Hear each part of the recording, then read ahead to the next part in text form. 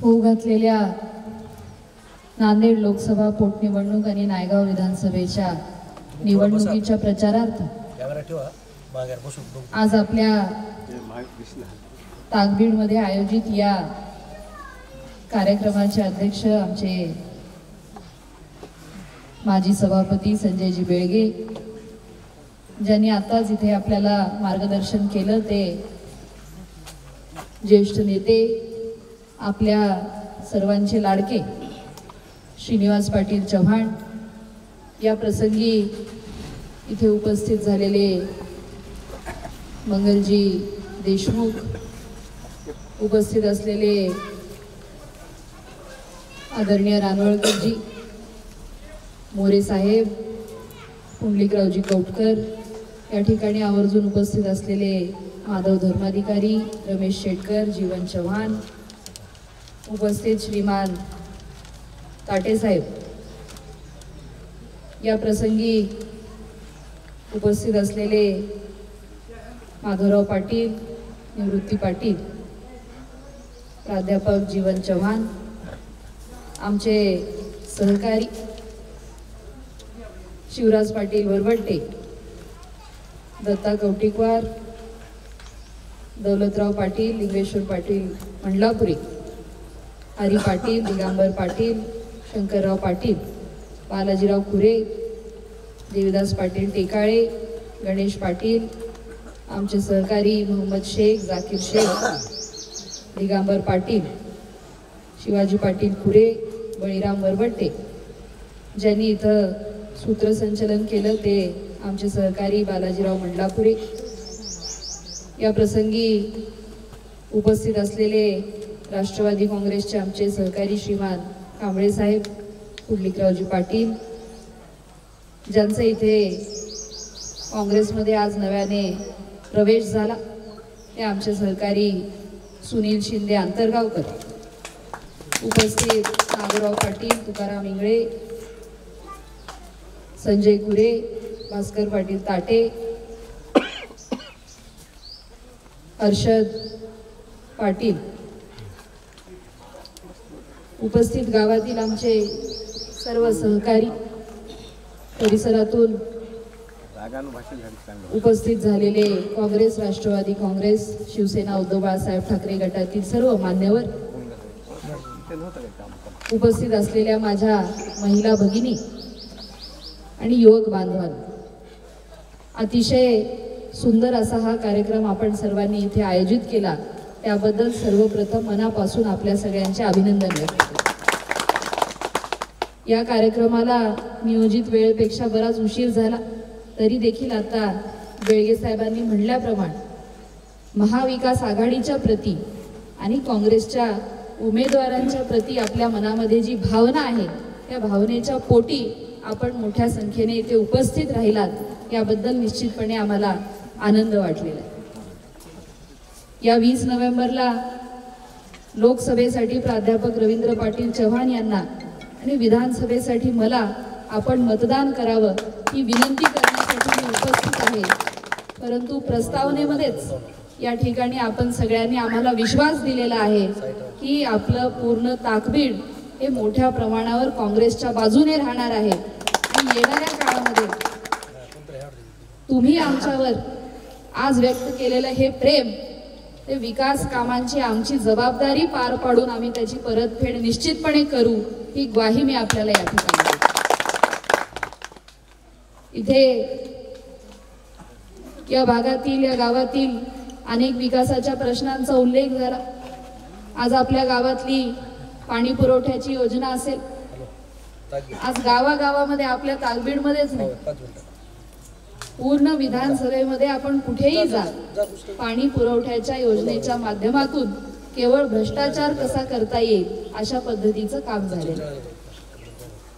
यावर विरोधक काही गुत्तेदार आहेत, त्यांच्या माध्यमातून निधीची विल्हेवाट लावणे आणि लोकांना मोठ्या प्रमाणात या शासकीय निधीचा फायदा करणं एकीकडे, परंतु आपले खिसे कसे भरले जातील हा कारभार मागच्या 5 वर्षांमध्ये झालेला।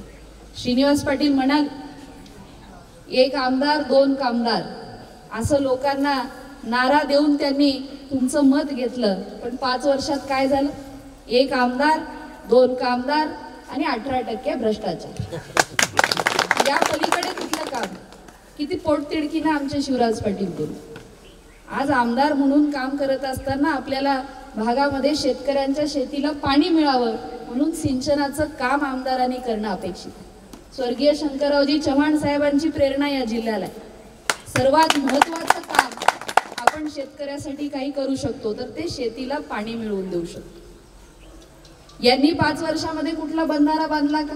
आज 3ही तालुक्यामध्ये आपण प्रत्येक गावामध्ये चौकशी करा, कुठेही एखादा बंधारा उभा करण्यासाठी त्यांनी प्रस्ताव सुद्धा दिलेला आहे.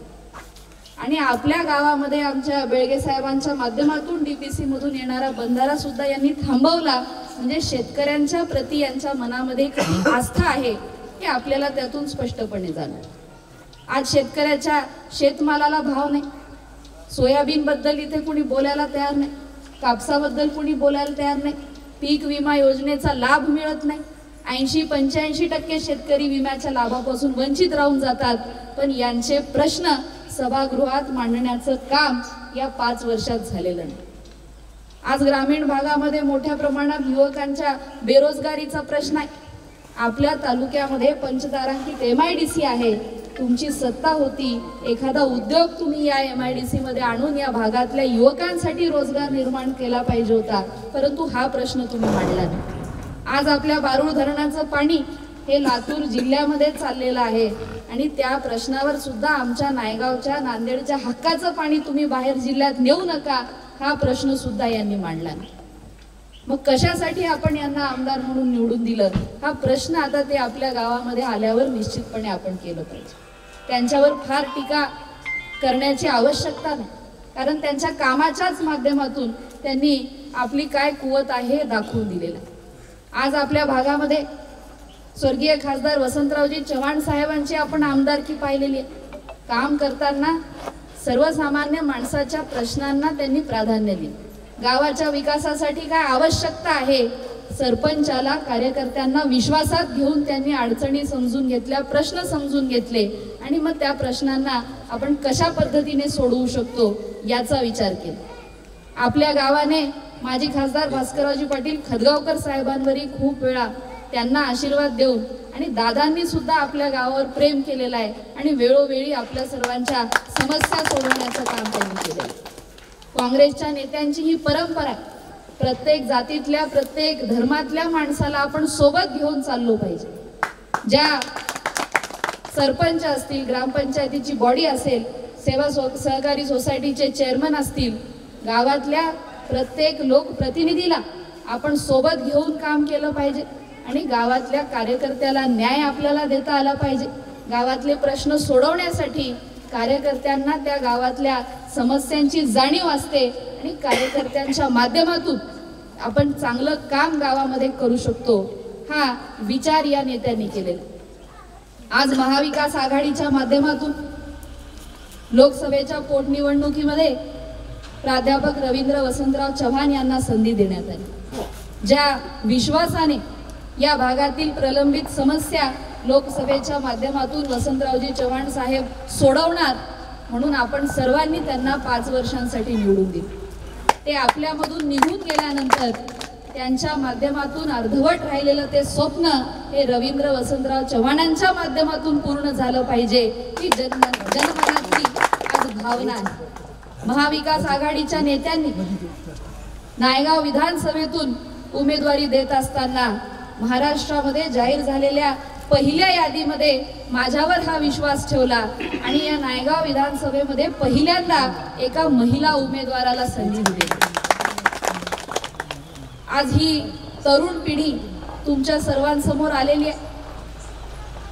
ज्या प्रेरणेतून आदरणीय खदगावकर साहेबांनी काम केलं, स्वर्गीय वसंतरावजी चव्हाण साहेबांनी काम केलं, त्याच प्रेरणेतून येणाऱ्या काळात तुमच्या सर्वांची सेवा करण्याची संधी आम्हालाही आपण द्याल अशी अपेक्षा मी आपल्याला या ठिकाणी व्यक्त करते. आज महाविकास आघाडीची परिस्थिती ही राज्यामध्ये अतिशय चांगली आहे. अनेक एक्झिट पोल सर्वेचे रिपोर्ट आपल्याला दाखवतात की महाविकास आघाडीचं सरकार या महाराष्ट्र राज्यामध्ये निश्चितपणे येणार आणि महाविकास आघाडीच्या माध्यमातून काही महत्त्वाच्या घोषणा या सर्वसामान्य जनतेसाठी करण्यात आलेल्या आहेत। सर्वात महत्त्वाचं आमच्या शेतकरी बांधवांसाठी 3 लाख रुपयांपर्यंतची कर्जमाफी महाविकास आघाडीच्या माध्यमातून होणार। 50,000 रुपयांचं प्रोत्साहनपर अनुदान हे नियमित कर्ज फेडणाऱ्या शेतकऱ्याला दिलं जाणार। आमच्या महिला भगिनींसाठी सुद्धा ज्या लाडक्या बहीण योजनेचा तुम्ही प्रचार केला आणि निवडणुकीला डोळ्यासमोर ठेवून तुम्ही 3 महिन्यांसाठी योजना राबवली, त्याला उत्तर म्हणून अतिशय चोख अशी योजना महाविकास आघाडीने आणलेली आहे आणि ती काय 3-4 महिन्यांसाठी नाही तर 5 वर्षांसाठी महिलांना 3,000 रुपयांचं वेतन हे महाविकास आघाडी देणार। आमच्या बेरोजगार तरुणांना त्या ठिकाणी 4,000 रुपयांचं वेतन देण्याची घोषणा झालेली। या संबंध आजच्या सामाजिक परिस्थितीमध्ये आरक्षणाच्या माध्यमातून जो काही महायुतीच्या सरकारच्या माध्यमातून सामाजिक सलोखा बिघडवण्याचं काम करण्यात आलं, त्याला सुद्धा उत्तर म्हणून जातनिहाय जनगणना करून आणि 50% आरक्षणाची मर्यादा हटवण्यासाठी महाविकास आघाडी पुढाकार घेणार हे सुद्धा घोषणापत्रातून सांगितलेलं। आपण गावगाड्यामध्ये 18 पगड जाती राहतो आणि आपल्या महाराष्ट्राची ही परंपरा आहे की जाती जातीमध्ये धर्माधर्मामध्ये सलोखा आपण कायम राखलेला आहे। आपण केवळ आणि केवळ ग्रामीण भागाच्या विकासाचा विचार करतो, जनसामान्याची प्रगती झाली पाहिजे, चांगल्या शिक्षणाच्या व्यवस्था आल्या पाहिजेत, आरोग्याची व्यवस्था सुधारली पाहिजे, गावामध्ये पिण्याचं पाणी मिळालं पाहिजे, अंतर्गत रस्ते नाल्या स्वच्छतेच्या दृष्टीने चांगलं काम झालं पाहिजे, शेतकऱ्याच्या शेतीला सिंचनाच्या माध्यमातून चांगले प्रकल्प आले पाहिजेत, हे प्रश्न घेऊन येणाऱ्या काळात तुमच्या हक्काचे खासदार आणि तुमच्या हक्काचा आमदार काम करेल ही ग्वाही मी आपल्याला या ठिकाणी देते। आणि आपण सर्वांनी एक मनाने एक दिलाने काँग्रेसच्या पाठीशी राहावं आणि आमच्या हातून आपण अधिकाराने, आपला अधिकार आमच्यावर आहे। श्रीनिवास पाटलांनी सांगितल्याप्रमाणे वसंतरावजी पाटील चव्हाण साहेब असतील, त्यांचं कुटुंब असेल, आपल्या हक्काचं आहे। आदरणीय भास्कररावजी पाटील खदगावकर साहेबांवर आपला अधिकार आहे। आपण अधिकाराने आमच्या हातून आपलं काम करून घ्यावं, तो अधिकार तुमचा राहील।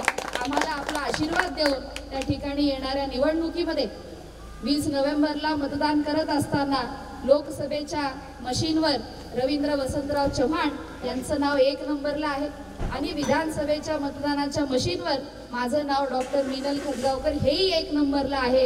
1 नंबरला पंजाच्या निशाणी समोर बटन दाबून आपण सर्वांनी मतरूपी आशीर्वाद आम्हाला द्यावा ही पुन्हा एकदा विनंती करते आणि थांबते। जय हिंद, जय महाराष्ट्र।